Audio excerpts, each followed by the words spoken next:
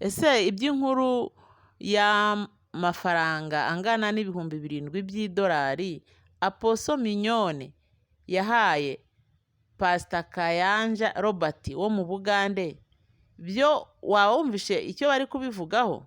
Ese aya mafaranga yarayiki? Abantu benshi bari kuvuga ngo nawe yaba yaraguze ari amavuta, ngo yahaye Pastor Kayanja ibihumbi 7 by'idolari kugira ngo akunde amuhe kwari amavuta y'imbaraga. Ese koko nibyo cyangwa nibyo abantu bari kugenda bivugira?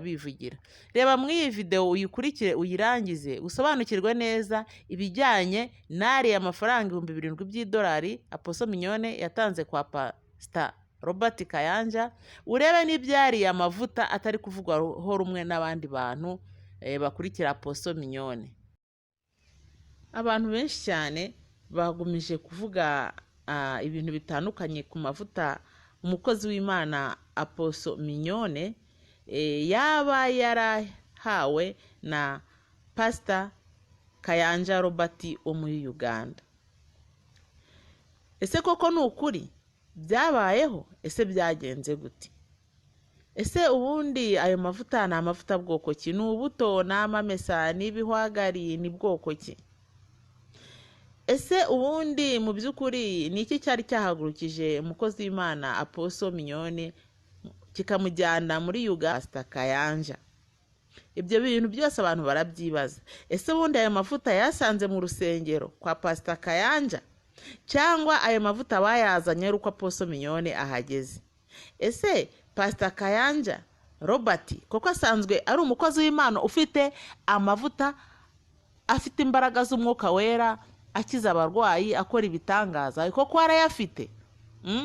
Ese Apostle Mignonne we ayo mavuta nta yari asanzwe afite? Ntagira isengesho rikiza abarwayi, ntagira isengesho rifite imbaraga? We nta mavuta asanganywe afite?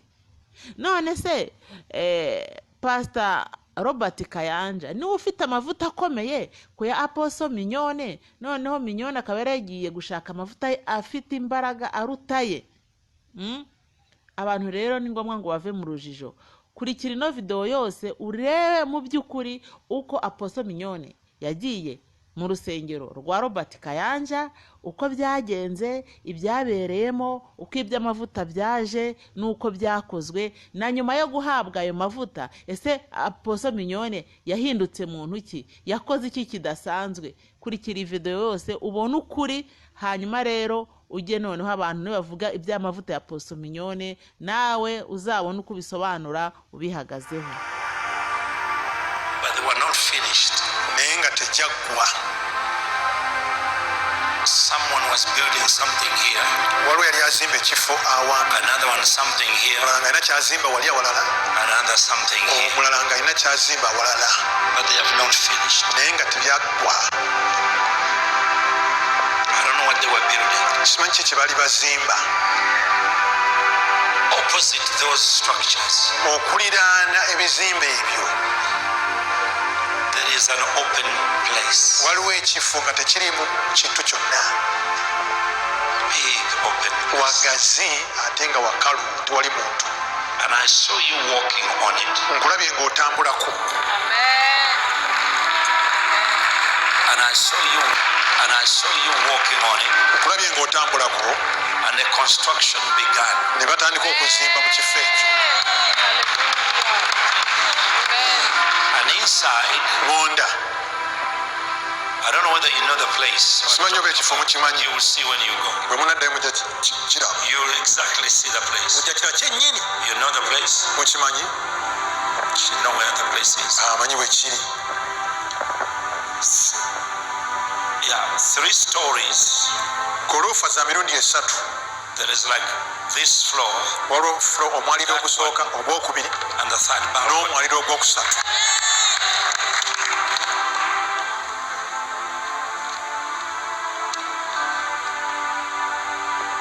When I was talking about the chain and the padlock and the key, the Lord is making you a key.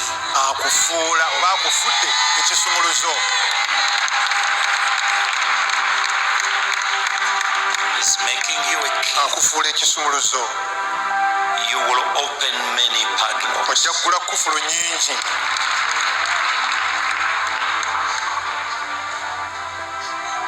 Many lives obulamu bw'abantu bungi that have been locked. obwasibwa. You're like a master key. olinga ekituzo ekigula enzigi zonna.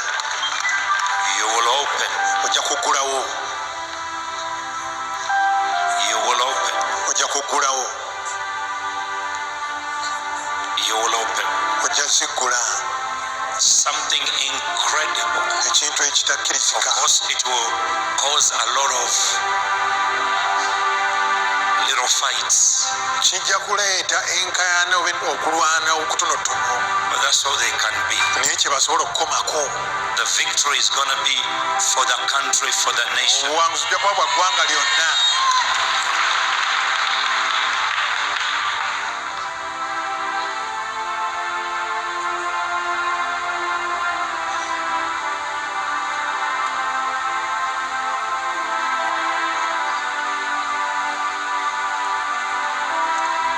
The anointing you'll operate under amafuta gogenda okutambuliramu is going to be more than what you have seen. gajja kusinga ku kyowakalabako. So far, kyewakalabako. this one carries speed. gano galimu obwangu.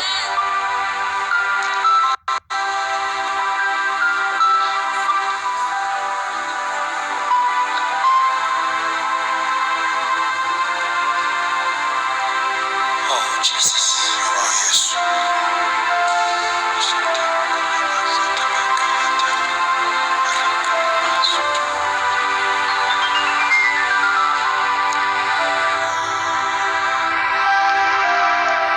Someone here, mummwe waliwo omuntu you feel like the joint is dislocated. owuliranga ennyingo evudde mu kifu. You feel the pain in the arm. owulira obulumi mu mukono. Where are you? wani There is a restoration of everything, waliwo okuzzawo ebintu byonna. of everything you've lost. byonna byewafiirwa.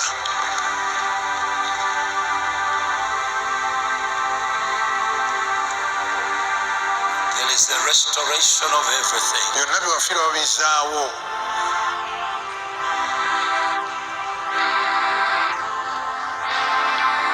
Pick up. musitule omukyalo oyo.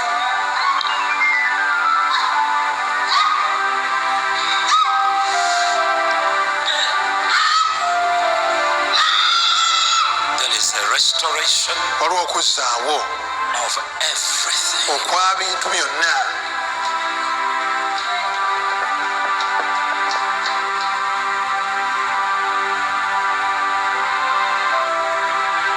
Holy Spirit. mwoyo mutukuvu mukute. yesu.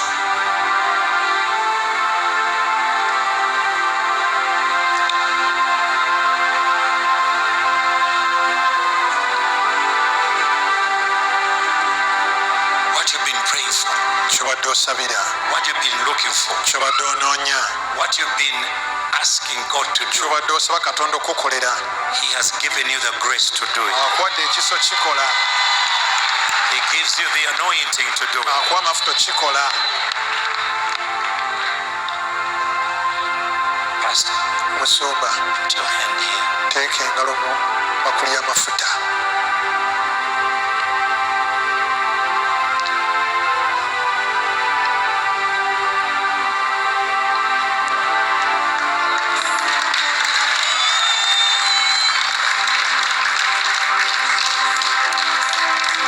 Just stand up. abasigadde muyimirire. Move back a little bit. musembereeko emabega katono. Just lay hand. Just anoint all these people. bonna basiiga amafuta.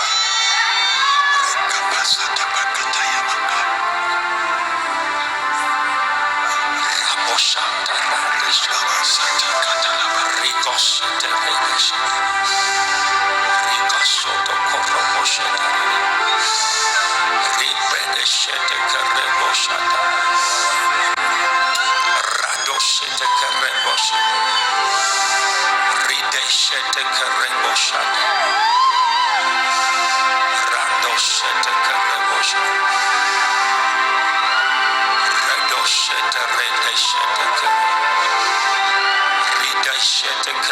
shata. Redo shete rende reshete. Redo shete rende shete kerere. Redo shete rende shete. Redo shete rende shete kerere bosha. Redo shete rende shete kerere shete. Redo shete kerere rende shete bosha. Redo shete kerere shete kerere bosha. Rebrodo shete kerere shete rende yara bosha.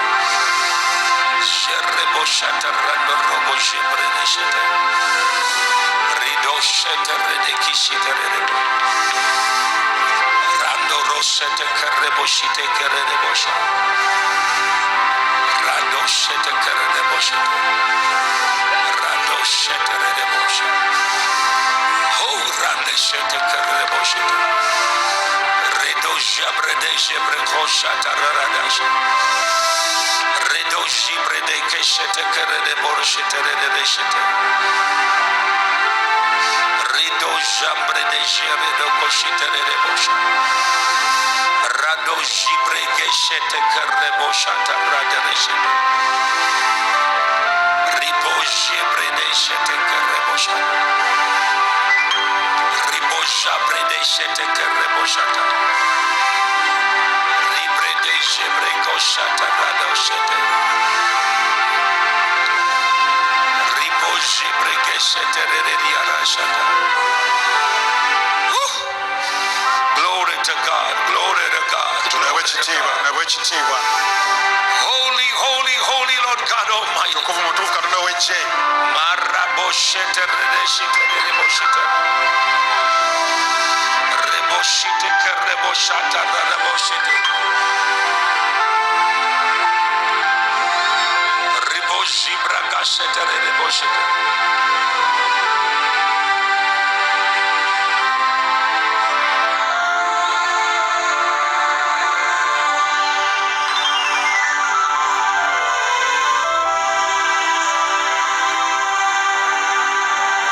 Multiply more than ever before. More than ever before. More than ever before. More greatness, Lord. More greatness, Lord. More than ever before.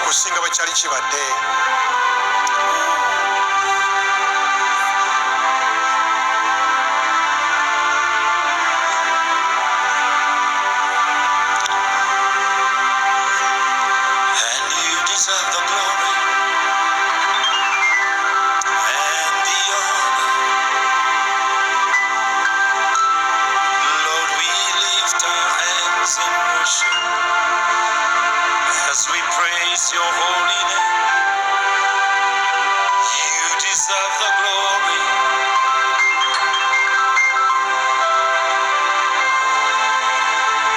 We have some pastors' wives here. Oli mukyala wa musumba. Mukyala oli mukyala. Join your hands together. Mujje maaso mukwatagane emikono. Bakyala b'abasumba mujje mukwatagane emikono. Thank you, Jesus. Thank you, Lord. Well, if you're a pastor lady, please come. Oba oli musumba ng'oli mukyala. And you are great. You do miracles so great. There is no one else like you. Join your hands and lift them up. Say, you called me. You blessed me. Now anoint me. Say it again. You called me. Bless me. And anoint me. Now in Jesus' name. Now in Jesus' name. For you are great. You do miracles so great. Touch Holy Ghost. There is no one else like you. There is no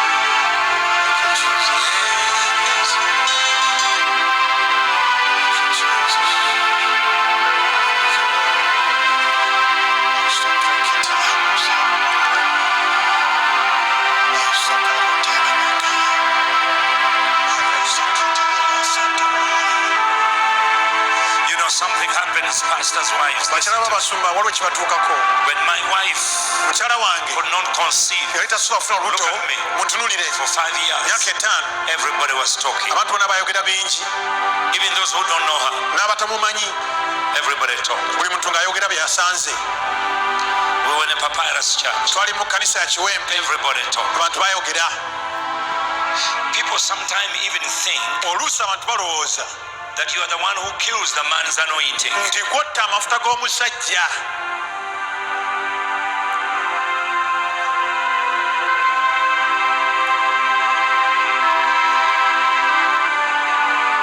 Join your hands together. mukwatagane emikono Listen to me, ladies. abakyala mumpulire You need this.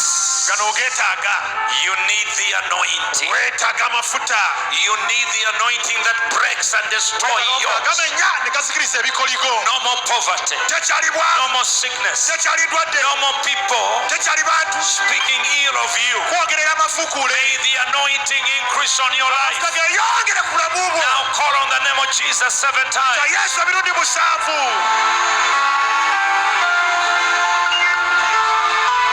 He's your Savior. ye mulokozi wo He's your Lord. ye mukama wo He's the one who called you. ye yakuyita He's the one who called you. ye yakuyita He's the one who called ye you. yakuyita He's the one who called ye you. yakuyita Touch. kwata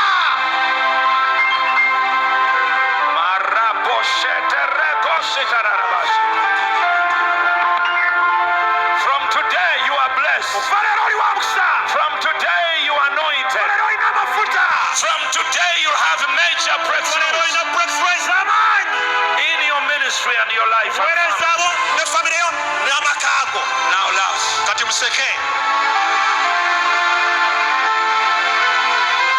Touch. kwata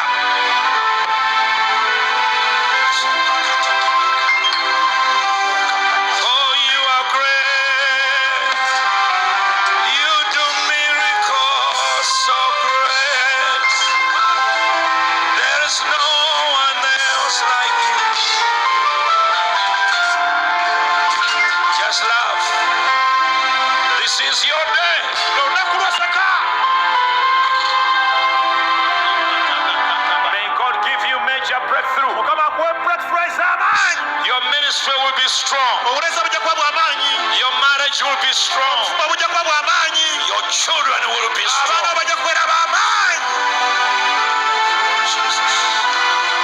bujja kuba bw'amaanyi Your marriage will be strong. obufuba bujja kuba bw'amaanyi Your children will be abaana strong. bajja kubeera b'amaanyi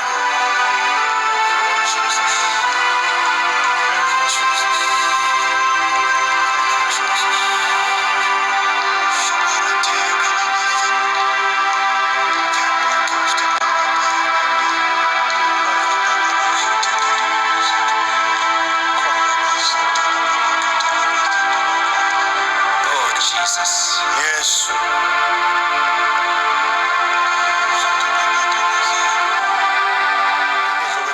You get a card, you know where that function is. ekifo omanyi weekiri bwonna ofuna kadi ojja kimanya weekiri And the Lord will do great and mukama mighty ajja kukola things. omulimu ogw'amaanyi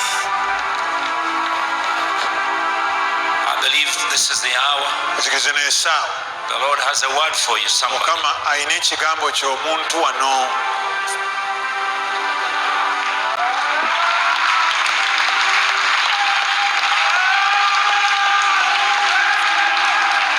To be honest,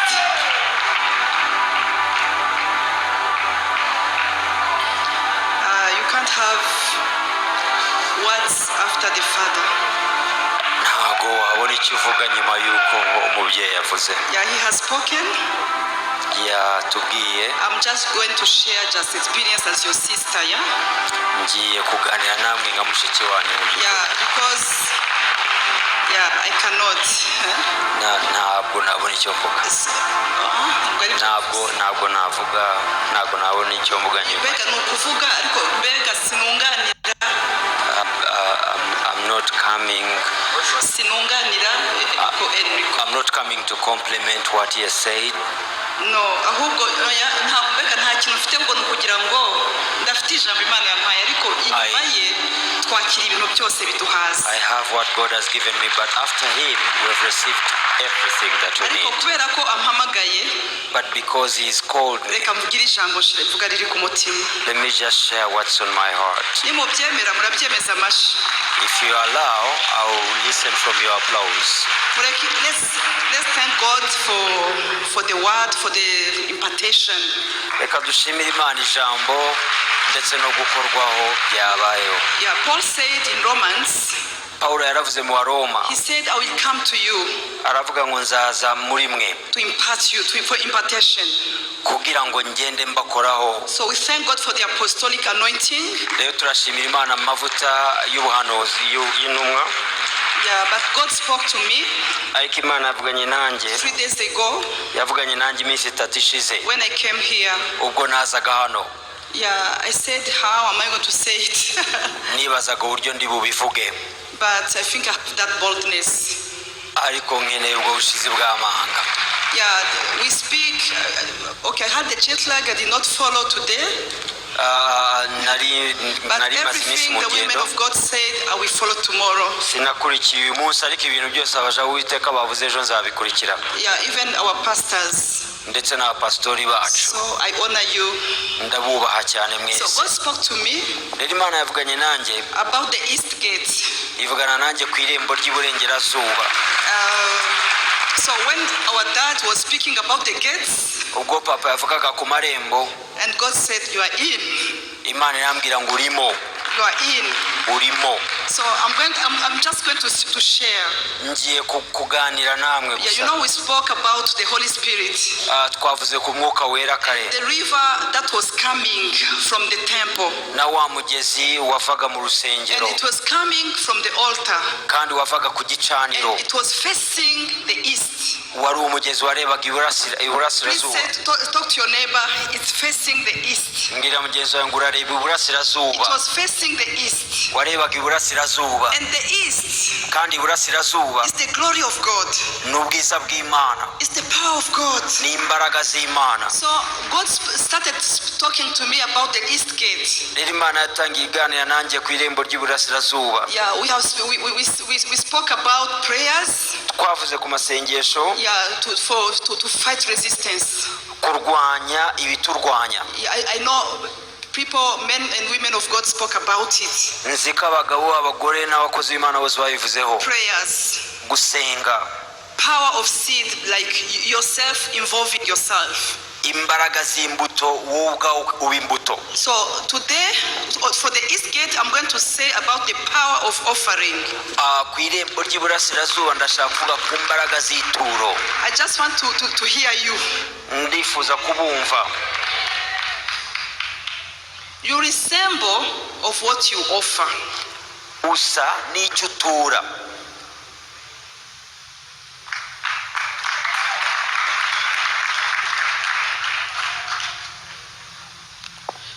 And I had confirmations. Nagiye nemezwa ngira ibihamya bitandukanye. When the woman was speaking, Ubwo umugore yavugaga, she was giving testimony, just yours. Say amen. noneho mwamaze guhuzwa, agira uvuga ati, Hallelujah. haleluya, It's going to be open for you. riragukingukiye.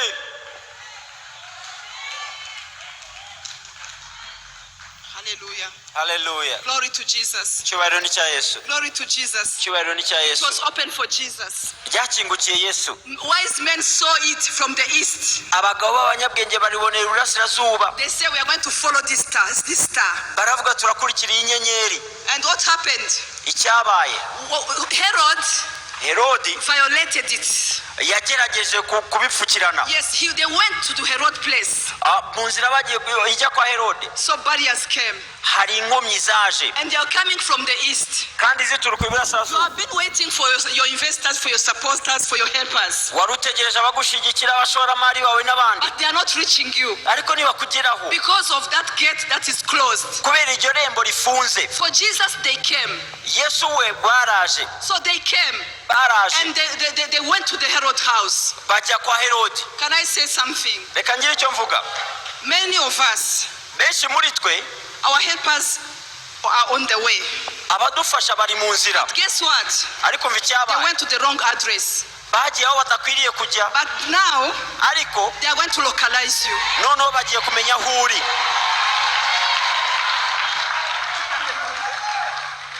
They are coming. Baraje. You know, when the star was at Herod's place, Igihe inyenyeri yari kwa Herodi, it was like it wasn't there. It was like mist. igihe bari kwa Herodi inyenyeri yari yabuze, But it was not mist. It's because God wanted to protect the star. ariko ntiyari yabuze nuko Imana yarindaga iyo nyenyeri. And when they went out of Herod's house, Basohotse mu nzu yo kwa they Herodi, saw again the star. barongera babona inyenyeri. So your people are going to have a GPS to reach you. Abantu bawe bagiye kugira GPS kugeraho neza, A GPS to reach you. GPS kugeraho neza. Hallelujah, hallelujah, hallelujah. Haleluya. That side. Kuri urwo ruhande And they reached the house where Jesus was. baza kugera mu nzu aho Yesu yari ari. The good things of the wise men. Icyiza kuri aba bagabo b'abanyabwenge, This is gate. iri rembo These ry'iburasirazuba, people were wise. aba bantu bari When abanyabwenge. they entered the house, Binjiye mu nzu they did not worship Mary. ntibaramije Mariya, They worshiped the Son. baramije umwana, They worshiped Jesus Christ. baramije Yesu God Kristo. is about to do something for you. Imana yafu kugira icyo igukorera. You will not worship the people. Nturamye abantu, You are going to worship the Lord Jesus Christ. ugiye kuramya umwami Yesu Kristo. And they reached there. Barahagera. So what I want to reach, Aho nshaka kugera, what I want to say icyo nifuza kuvuga is this seed. ni iyi mbuto. You will pray. Uzasenga, You will pray. wongere usenge. I know prayer warriors. I've been with them. Nzi abanyamasengesho hari benshi mbanye nabo, And because I'm one of them, kuko nanjye ndi umwe muri bo. I believe in the power of prayer. Nizera imbaraga z'amasengesho, I believe in the power of prayer. nizera imbaraga z'amasengesho. But also, Ariko when nanone prayer goes with offering, isengesho rijyana n'ituro, it's like milk and honey. bimeze nk'amata n'ubuki, It's like milk and honey. bimeze nk'amata n'ubuki. You know, I'm coming from the Francophone area. Nge nturuka mu ahantu bavuga igifaransa. You know, Anglophone people, they're understanding the seed and offering. Abantu bavuga icyongereza bazi imbuto n'ituro, But us, ariko twebweho I'm telling you, ndababwiza when ukuri, they start speaking about the seed, you start your head, you start doing like this. iyo batangiye kuvuga imbuto utangira gushima mu mutwe, You start looking in your bag. ugatangira kureba mu isakoshi. But now, Ariko ubu something is changing in the Francophonie. hari ikintu kirimo guhinduka mu bihugu bivuga igifaransa. They told us, Baratubwiye blessed are the poor. ngo abakene barahirwa. Yes, and we work with the poor people. Tukavuga Today dukorana I received n'abakene. my mansion. You know, did you see the mansion? Uyu munsi nabonye ya nzu yanjye y'igikomererwa, mwayibonye? They showed us that first mansion. And they say, how am a temple of God? Ni gute ndi urusengero rw'Imana? And I Ndabyibaza. live in this one. Ariko jye nkaba mba muri iyi yindi mbamo. May God come to our rescue for sure. May God come to our rescue. Pastors, let me tell you, Bashumba reka mbabwire, us in our country, we had like churches, buildings. twebwe mu gihugu cyacu dufite inyubako z'amatorero. Before. Twari dufite inyubako. If you look at them, it will go down. Wayireba gutya igahita imanuka. Until God used our president. Kugeza ubwo Imana yakoreshe perezida wacu. If people don't have the smart things, Niba abantu badafite ibintu biri ku murongo, what kind of God they are worshiping? Imana baramya ni iyi ubundi. They need like a good place, atmosphere, you know. Bakeneye ahantu heza hameze neza. We did have the prophets to tell us that Ntitwagize abantu batubwira ibyo until the government stood. kugeza ubwo leta yahagurutse. But this time, Ariko ubu ngubu we are entering the east gate. turimo turinjira irembo ry'iburasirazuba. Amen. We are entering the east gate. Turimo kwinjira irembo ry'iburasirazuba. This is a special gate. Iri ni irembo ryihariye. You will flourish Uratoha in captivity. kandi uri mu bubata. When you are with people who are captive, but you flourish. Uri hamwe n'abantu babaswe ariko ukatoha. Because of what you know. Kubera ibyo uzi. Yes, your children will go to nice schools abana bakiga amashuri meza because of what you know. kubera ibyuzi You will travel the world ukagenda because amahanga of what you know. kubera ibyuzi. I just want to give just a small testimony. I told you because I am not here to preach, to be honest. Ndatanga ubuhamya butoya sindi bubwirize mu Me, I by'ukuri. did not ask God to give me a hotel. Njye sinasabye Imana kumpa hoteli. I was a pastor by calling, a counselor by profession. Nari umupasitori mu muhamagaro, nari umunyamwuga mu gufasha abantu. And also I was doing my small businesses. I was contented. Nari ndimo gukora ubucuruzi bwanjye, nari nyuzwe. But after connecting with this great anointing, Ariko nyuma yo guhuzwa n'aya mavuta akomeye, hallelujah, after years, nyuma I y'imyaka visited a friend. nasuye She inshuti had a hotel yari afite hoteli, and she was telling us hi. agenda dusuhuza muri aho. She did not give us quality time, Ntiyaduhaye umwanya we, but she was giving us tea. ariko yaduhaga nk'icyayi. So when I was sitting there, Rero nicayeyo God told me, Imana irambwira, it's long time ago, many years. hashize imyaka myinshi ubu. It wasn't even a big hotel, it was like a guest house. Nta nubwo yari hoteli nini cyane, yari And God ntoya. told me, Imana irambwira, I'm giving you a hotel. ngiye kuguha hoteli. And I asked God to do what? Because I don't have time to manage it. Ndayibaza kuyikoresha iki ko nafite n'umwanya wo Within kuyiyobora. 1 year, Nyuma y'umwaka umwe we had it. twari twayibonye. And after, Nyuma yaho we had like a house. twari dufite inzu. You know, women are so, they like, we're not materialistic, but we love financial security, you know? Abagore dukunda kugira umutekano mu So by'ubukungu. when your husband my husband told me, can we sell that house? Umugabo wanjye ambwiye iriya nzu tuyigurishe. I said, don't touch. Ndamubwira ntugakoreho. I remember one day, Ndibuka umunsi umwe yeah, God spoke to me. Imana yarambwiye, Why don't you release that house? warekuye iyo nzu Just to help even your husband to not be stressed. kugira ngo ufashe n'umugabo wawe kutagira umunaniro mu mutwe. Nabigwane nabyo ariko kanakazi ko mu buto bwacu barambe. Amen. I was like, let him fight with his stress. I love this house. Kakazi mwarabonye mugashaka banange. This was the house of our youth. We needed it. God told me, I kept the 3 days ago, as I told you, I had like refurbishing. Nakomeze kumera nkaho ndimo kugenda nsanwa muri jewe. No, not me. I heard the word refurbishing. Numvise ijambo gusanwa, gusubizwa bushya. Refurbishing. Gusubizwa bushya. And God spoke to me. Imana ivugana nanjye. See, you came to your parents' cathedral. Waje muri katedrali y'ababyeyi bawe. And all the people here. N'abantu bari hano bose. I'm sorry I did not tell them this. I'm sharing just. Ntabwo nabibabwiye ibi ngibi ndimo ndaganira namwe. And as a daughter who is here. Rero nk'umukobwa wo muri uru rugo. When they built this cathedral, you were not there. Bubaka iyi katedrali ntiwari uhari. But you are just benefiting. Ariko urimo urasarura imbuto zabyo.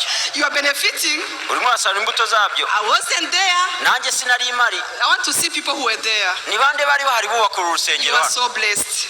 Muri abanyamugisha. You are so blessed. Niba wari uhari wari umunyamugisha. So I want to see people like me who were not there. Reka ndebe noneho bameze nkanjye batari bahari. I can see you. Ndababona. Guess what? Umva ibyabaye. What God told me. Iki Imana yambwiye. Because nations will come, but God told me about something that can be done maybe in 3 months, like a foundation seed to open our east gates. Amahanga azaza ariko Imana yambwiye ikintu imbuto y'urufatiro mu mezi nk'atatu yo gufungura irembo ry'iburasirazuba. Just to have a seeds in this place. Kugira ngo tugire imbuto hano hantu. Just to change few things. Kugira ngo tugire ibyo duhindura. Because this place is so beautiful. I saw it. Kuko hano hantu ni heza cyane nabibonye. I saw a new ceiling. Nabonye plafond nshya, urusengero rushya. And this new ceiling had like lights I have never seen. Plafond nshya yari ifite amatara ntigeze mbona. Yes, I heard refurbishing. Numvise ijambo gusanwa, gusubizwa bushya. Refurbishing is something that has been there. Gusubizwa bushya ikintu cyari gihari. But renewal. Ariko mukongera mukagisubiza bushya. Just to do something inside. Kugira ikintu mukoramo imbere. Yeah, so because I remember this happened to me in Kimihurura. Ndabyibuka ibi byambayeho Kimihurura. When a church is refurbishing, ubwitoro ryarimo risubizwa bushya refurbished, yeah? So even you people love it. n'abandi bantu bashya bararikunda. So I saw like other chairs. naje nabonyemo intebe zindi, I saw things. nabonye ibintu. So the small amounts rero igiciro gito you and I can do, wowe nanjye twatanga, it is like a foundation, it's not everything. byaba bimeze nk'urufatiro, ntabwo ari byose twaba dutanze. And God spoke to me 300 people Imana ivugana nanjye mbwira abantu 300 that can give $1,000. You know, maybe you are not here, bashobora gutanga amadolari 1,000, wenda nta n'ubwo uri hano, but you can send here. ariko ushobora kuwohereza hano. But one day we'll come back. Ariko umunsi umwe tuza Back and we are going, our dad, we are sorry. rero papa utubabarire, Yeah, this is what God spoke to me ibi ni by'Imana yambwiye the 3 days ago. iminsi 3 ishize. Of course, I can't do nothing without their permission, nta kintu nakora batampaye uruhushya, but we will do it. ariko turaza kubikora, We'll do it. turaza kubikora. So 300 people Abantu rero 300 we give $1,000. It will be $300,000. bari butanga $1,000 biraba $300 by'idolari. It can bring the ACs at least. byazana ibyuma bizana akayaga keza. Yeah, then we go slowly but slowly. noneho tugakora intambwe ku yindi It buhoro can buhoro. be AC and the ceiling. If it doesn't match, we continue. byaba AC na plafond byarangira But this tugakomeza. place, ariko hano hantu, this is a glory place. hano hantu n'icyubahiro cy'Imana, This is a glory place. hano hantu n'icyubahiro We cy'Imana. are going to see this place tugiye kubona hano hantu because we use it many times. kubera ko tuhakoresha cyane. So we have to change things many times. tugomba kugira ibintu duhindura kenshi cyane. I don't know if you understand it. sinzi niba mwabyumvise. Amen. Amen. Yeah, so I don't want to tell people who is ready because you are not going to pledge, but who is ready just in the spirit say, me, I'm among those people. sindi bubwira abantu ninde witeguye, ariko ndizera It's ko hari not abiteguye mu this mwuka. month, maybe it can take 2 to 3 months, but if you are here, stand like me. wenda ntabwo ari ukwezi, wenda n'amezi 2-3, ariko niba uri hano uri muri abo $1,000 nawe wahaguruka. Stand with me, maybe that can pray for us. wahaguruka hanyuma papa akadusengera. Yeah, just come here. nimuze hano. Yeah. For me, yewe I need accomplishment nkeneye gusohorezwa to see this cathedral that God has told us. ko kubona iyi katedrali Imana yatubwiye. Yeah, for me, kuri jye, yeah, I will give $7,000. njye nitanze $7,000 by'idolari. Yeah, because I don't know how they do, but if you are here, you can come. sinzi uko bigenda, ariko I niba uri hano can waza. see people from our church, maybe they'll tell Liz. ndabona abantu bo mu itorero ryacu, Yeah, or my friends, maybe not in our church, but my friends. ariko n'inshuti zanjye wenda zitari n'izo mu rusengero rwacu. Us, even our family, we have many women in my family, many women. twebwe no mu muryango wacu dufite abagore benshi cyane mu muryango wacu. I have many aunties who like me. mfite ba tante benshi bankunda. I have even my aunties who pay tickets for the people. Say, I'm not coming, but tell me someone who is coming, I'm going to pay the ticket, you know? mfite abatanga amatike y'abantu ntituzi, ariko tubwira They umuntu are not uzaza even Pentecostal, but they like me just, they can do it. nta nubwo ari abapantekote, ariko barankunda So bakabikora. if you love me, just love my family. rero niba unkunda unkundiye n'umuryango. Yeah, so this is what God told me. I don't know if they are going to, or we sent just, they will give us the, because we want to enter the East Gate, Papa. baduha ikintu runaka. And these things, are we continue to do the follow-up? njye nzabakurikirana. Don't send it to me here. But me and you, because we are pioneers, we start until it will happen. reka dutangire ibi bintu kugeza tubonye biba. We need to enter the East Gate. dukeneye kwinjira mu irembo ry'iburasirazuba. Yes, hallelujah. Hallelujah. Yeah, you know people who know me. abantu banzi Yeah, it's rare.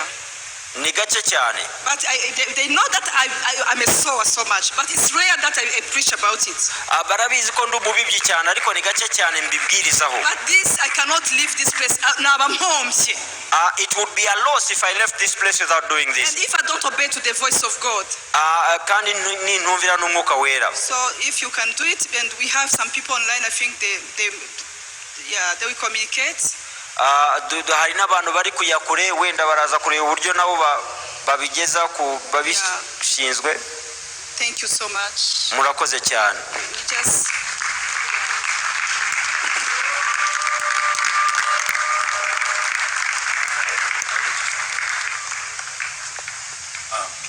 You're great. Wow. Wow, that is amazing. Here's the envelope. Just write your name and your phone number or your how we can get in touch with you. yes. It's funny as your envelope and the woman will wait for you. And that is one of those stuff.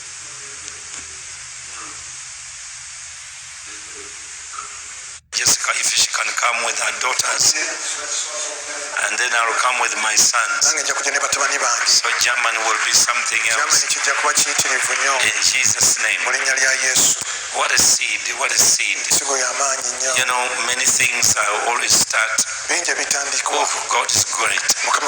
So let's give to the Lord. Let's give to the Lord. I don't know what level it was. What level are we giving at? Okay, 1,000 USD. Okay. If God is telling you to do more, do it. No, I did 7,000. So if but it was 1,000. She's giving 7,000. Come on, somebody, clap your hands to Jesus. Don't let people. Don't let your fears count you out of the blessing. And totally you don't have money, but you are expecting some money. One of the ways I've seen God work, Pastor, is that He always waits for my faith. He always activates my faith. And so if I move by faith, then He will provide for me. And oftentimes the enemy denies us. So get an envelope, put there $1,000. The Lord will provide.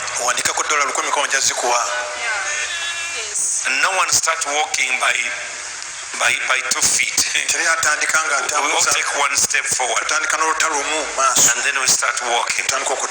So wherever you are, please come. You have about 1 minute and come. God is faithful. 7 million in Jesus' name. What?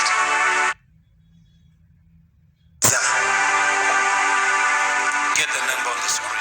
Praise the Lord. Praise the Lord. You Elon Musk. In Jesus' name. Bill Gates, I command you.